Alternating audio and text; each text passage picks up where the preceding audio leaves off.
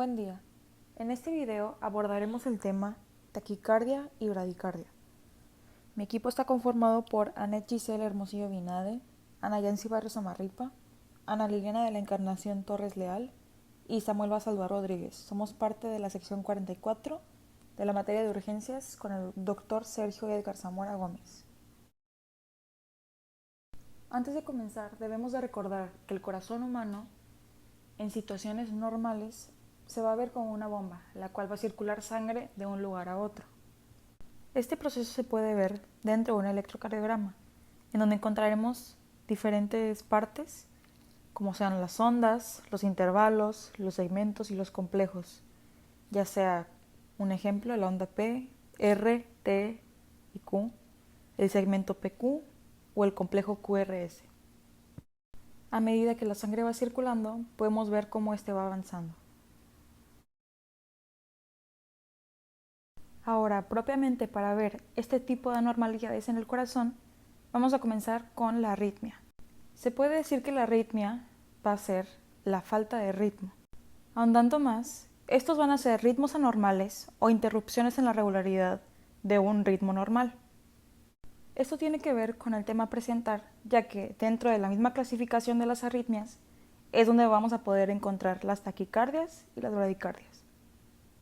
Se puede decir que la clasificación de las arritmias se va a dividir en tres: origen, frecuencia cardíaca y modo de presentación. Dentro del origen podemos encontrar las supraventriculares y las ventriculares, donde las supraventriculares se van a encontrar en las aurículas o en el nodo sinusal y las ventriculares en los ventrículos. La frecuencia cardíaca se va a dividir en rápidas o taquicárdicas o en lentas o bradicárdicas, donde las taquicárdicas van a contar con una frecuencia cardíaca mayor a 100 latidos por minuto y las bradicárdicas con una frecuencia cardíaca menor a 60 latidos por minuto. Y el modo de presentación se va a dividir de igual forma en dos: las paroxísticas o las crónicas, donde las paroxísticas van a tener un modo de presentación súbito y las crónicas de forma permanente. Y comenzamos con la taquicardia, que recordamos es esta aceleración de los latidos por minuto que la persona va a tener. De igual forma, las taquicardias se van a dividir en dos tipos: las supraventriculares y las ventriculares. Para fines de este video hablaremos específicamente de las que más se frecuentan dentro de urgencias. Dentro de las supraventriculares encontraremos la taquicardia, taquicardia paroxística, aleteo o flutter, y dentro de las ventriculares podemos encontrar la taquicardia ventricular y la fibrilación ventricular. Empezando por las taquicardias supraventriculares, hablamos de la taquicardia, como esta va a tener una frecuencia cardíaca rápida que va a ser de más de 100 latidos por minuto. Su origen se va a encontrar dentro de las aurículas y sus causas pueden ser fisiológicas, como lo es el ejercicio, estrés, fiebre y envejecimiento, por factores extrínsecos como sustancias excitantes para el corazón, o las patológicas, que puede ser una de ellas las enfermedades cardíacas.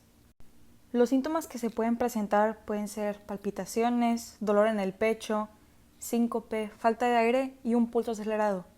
Y la detección de estas puede llegar a ser algo fácil, pues podemos empezar por tomar el pulso del paciente o ya usando técnicas podría ser por medio de un electrocardiograma o un monitor de Holter. La taquicardia paroxística o taquicardia supraventricular paroxística se va a caracterizar por episodios puntuales con una duración de menos de 24 horas que van a comenzar y terminar de manera abrupta. Sus causas pueden ser enfermedades cardíacas, insuficiencia cardíaca, consumo excesivo de cafeína, consumo excesivo de alcohol e inclusive el tabaquismo. Los síntomas que se pueden presentar es ansiedad, palpitaciones, dificultad para respirar, síncope y un pulso acelerado. Y para su detección, de igual forma, nos podemos apoyar de un electrocardiograma o un monitor de Holter. Seguimos con el aleteo auricular. Es un tipo de arritmia causado por problemas en el sistema eléctrico del corazón. Tiene una frecuencia cardíaca que oscila entre 250 y 350 latidos por minuto. El aleteo auricular nace en un foco ectópico auricular. Se observa una rápida sucesión de una onda P, cada una idéntica a la precedente, de modo que no se trata de una onda P verdadera, sino más bien se les conoce como ondas de aleteo. Es posible que algunas personas que presenten esta patología no tengan síntomas. Sin embargo, el trastorno puede aumentar el riesgo de un accidente cerebrovascular, insuficiencia cardíaca y otras complicaciones. La taquicardia auricular, por sus siglas TA, tiene una frecuencia cardíaca que aumenta a más de 100 latidos por minuto. Este se encuentra en dos formas: en la monofocal, que tiene un ritmo acelerado y regular, y la multifocal, que tiene un ritmo rápido e irregular. Estas se manifiestan por una línea basal irregular sin ondas P. Respuesta QRS no es regular y puede ser rápida o puede ser lenta. Es posible que en un episodio pueda comenzar de manera progresiva o de una forma abrupta. Entre sus síntomas destaca la sensación de palpitaciones fuertes o latidos cardíacos acelerados, aturdimiento, mareos y desmayos. De hecho, la taquicardia auricular es bastante común. Es posible que le suceda a personas, por ejemplo, que sufrieron una cirugía cardíaca o que están embarazadas incluso, o tal vez debido a infecciones o consumo de medicamentos estimulantes o alcohol. Dentro de su diagnóstico se utiliza el electrocardiograma y un monitor Holter. Dentro de la taquicardia ventricular, esta es causada por señales eléctricas anormales en los ventrículos. Tiene una frecuencia cardíaca de 100 o más latidos por minuto. Aquí los latidos del corazón son caóticos y de hecho impiden que las cámaras del corazón se llenen adecuadamente de sangre, y pues esto da como resultado que el corazón pues no sea capaz de bombear suficiente sangre hacia el cuerpo y hacia los pulmones. Puede durar unos segundos o puede durar pues más tiempo. Dentro de sus síntomas principales es el mareo, la falta de aire, aturdimiento, palpitaciones y angina de pecho. Los episodios sostenidos y graves pueden llevar hasta la pérdida del conocimiento o desmayo, incluso un paro cardíaco, que pues es la muerte súbita. Sus causas pueden ser anomalías en el corazón, que se causan por el proceso de cicatrización en el tejido cardíaco. Otra puede ser el flujo sanguíneo deficiente hacia el músculo cardíaco. También las afecciones cardíacas congénitas. Si hay un desequilibrio de los electrolitos. Puede ser también por un efecto secundario de medicamentos e incluso por consumo de sustancias. Por último tenemos la fibrilación ventricular, por sus siglas FV.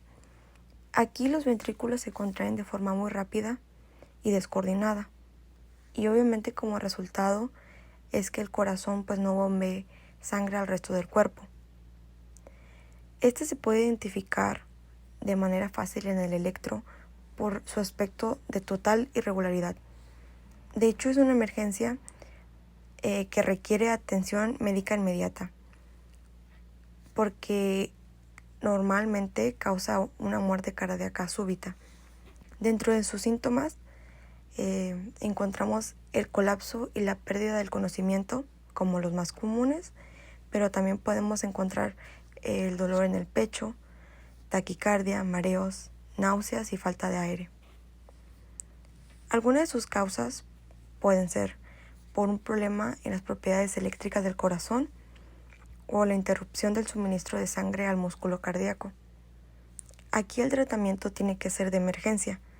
Incluye la reanimación con RCP y descargas eléctricas al corazón con un dispositivo que ya lo conocemos, se llama desfibrilador externo automático.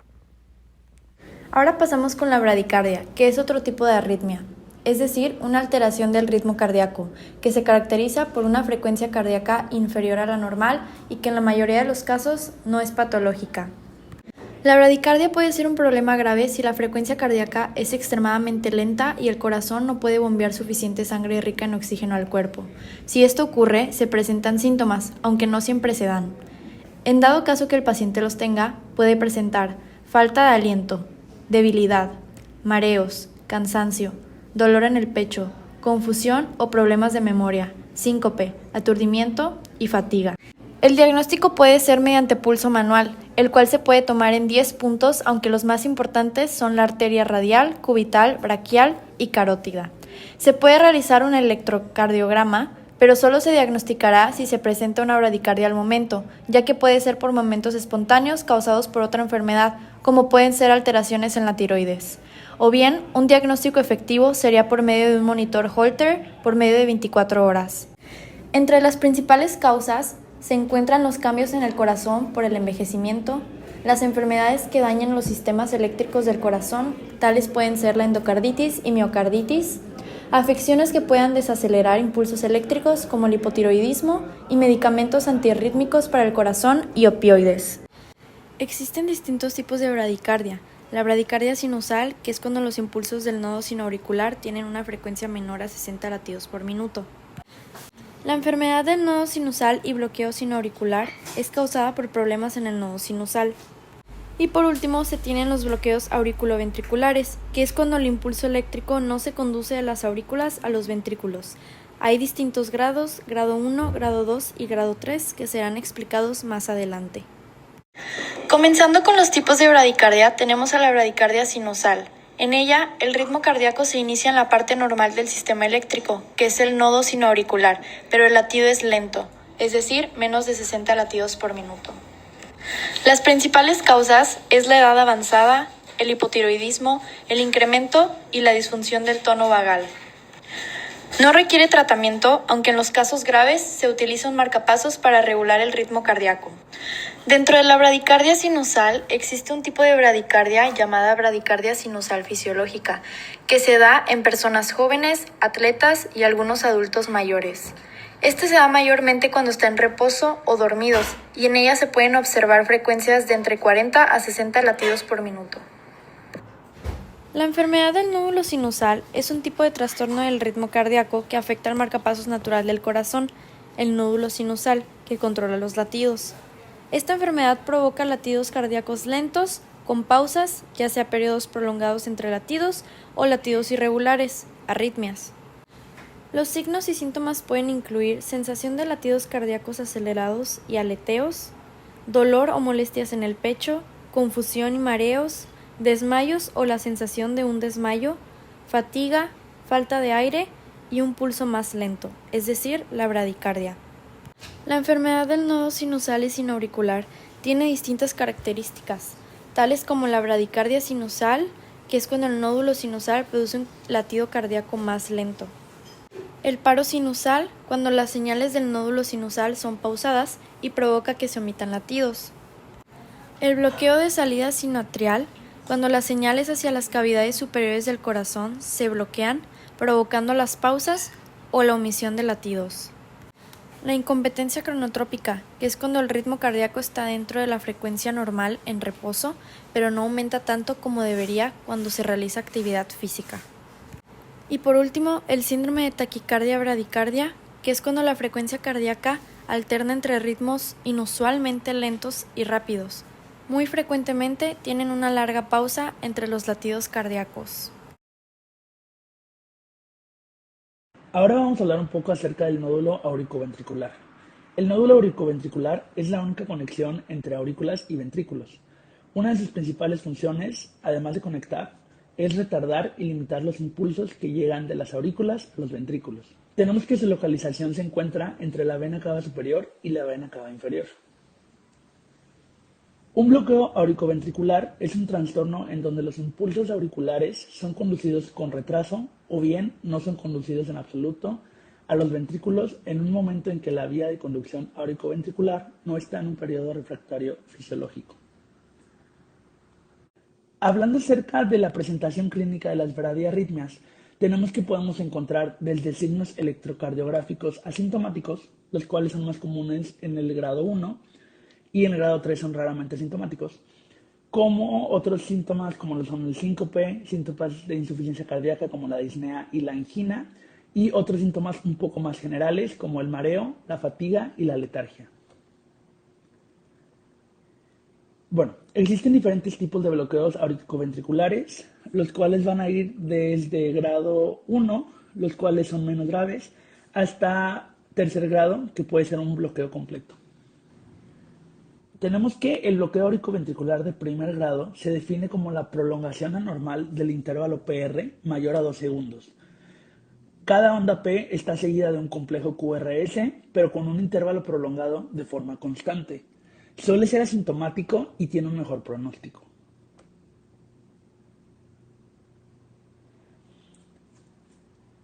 Los bloqueos auriculoventriculares de segundo grado los podemos dividir en dos tipos, Mobitz tipo 1 y Mobitz tipo 2, y se producen en un fallo intermitente en la conducción auriculoventricular. El bloqueo auriculoventricular de segundo grado, o también conocido como Mobitz tipo 1, es una sola onda P no conducida asociada a intervalos PR no constantes antes y después del impulso bloqueado, en tanto hay al menos dos ondas P conducidas consecutivamente. También se le conoce como Wenckebach. Un bloqueo auriculoventricular de segundo grado Mobitz tipo 2 se define como la aparición de una sola onda P no conducida asociada a intervalos PR constantes antes y después de un solo impulso bloqueado. También tenemos que existe otra variante del segundo grado, el cual se conoce como bloqueo auriculoventricular de segundo grado avanzado, lo cual es una onda P conducida que alterna con una onda P bloqueada. No se puede determinar si es de tipo 1 o tipo 2. Y por último, tenemos al bloqueo auriculoventricular de tercer grado, o también se le conoce como bloqueo completo. Es un fallo de la conducción al ventrículo en cada onda P o cada impulso auricular. Y existe una disociación auriculoventricular completa. Para poder determinar qué tipo de bloqueo auriculoventricular es, podemos seguir una serie de preguntas que nos podemos realizar a nosotros mismos. La primera pregunta es, si el intervalo PR es mayor a 0.2 segundos de forma constante, ¿el número de ondas P es igual al número de complejos QRS? Si la respuesta es sí, tenemos que es un bloqueo auriculoventricular de primer grado. La segunda pregunta es, ¿se alarga el intervalo de PR de latido a latido hasta que se pierda un complejo QRS? Si la respuesta es sí, tenemos que es un bloqueo cardíaco de segundo grado tipo 1 o Mobitz tipo 1. La tercera pregunta es, ¿cuándo se produce el intervalo PR? ¿Es constante? Nuevamente, si la respuesta es sí, tenemos que es un bloqueo cardíaco de segundo grado tipo 2 o Mobitz tipo 2. En cambio, si la respuesta es no, tenemos que es un bloqueo cardíaco de tercer grado o bien un bloqueo completo. Hablando un poco más acerca del pronóstico, tenemos que va a variar dependiendo de qué tipo de bloqueo es. Para el bloqueo de primer grado tenemos que existe un pronóstico excelente, ya que, bueno, esto suele ser asintomático y tiene una mejor recuperación. En cuanto a un bloqueo de segundo grado tipo 1, se considera que es un trastorno benigno. Sin embargo, un bloqueo de segundo grado tipo 2 se considera que tiene una tasa elevada de progresión a bloqueo auriculoventricular completo. Por último, tenemos que un bloqueo de tercer grado, sin un marcapasos, el pronóstico suele ser malo. En cuanto a tratamiento, tenemos que primero se tiene que hacer una búsqueda de las posibles causas reversibles, como lo pueden ser la enfermedad de Lyme o la isquemia miocárdica. Se recomienda la suspensión de fármacos que causen retraso de la conducción, siempre y cuando se pueda realizar esto. Algunos fármacos que lo causan son la digitalis o los calcioantagonistas. También se lleva un tratamiento para los síntomas y por último, si es necesario, el paciente puede llegar a ocupar un marcapasos. Gracias. Eso ha sido todo de nuestra parte. Esperemos que les haya gustado y a continuación nos vamos a dejar nuestras referencias bibliográficas.